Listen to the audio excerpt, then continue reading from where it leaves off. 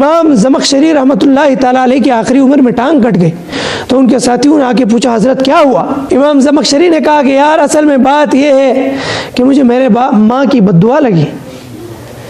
बचपन में मैं एक चिड़िया के साथ खेल रहा था, तो उस चिड़िया की टांग मैंने धागे के साथ बांधी थी ताकि वो उड़े ना।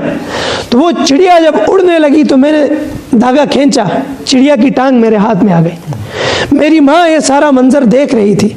माँ ने कहा कि अल्लाह तेरी टांग भी ऐसे ही काट दी जिस तरह तूने इस चिड़िया की टांग काटी। बस गुस्से में एक बद्दुआ दी थी, माँ की ज़ुबान से निकल आया और उम्र ढलती गई। बगदाद का सफ़र था, इल्म का सफ़र था।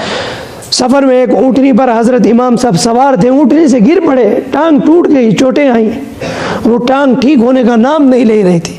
उस वक़्त के हुक्मा ने कहा कि टांग में नासूर फैल गया है, अब अगर टांग ना काटी तो पूरे जिस्म में नासूर फैलेगा, लिहाजा इमाम साहब की टांग कट गई।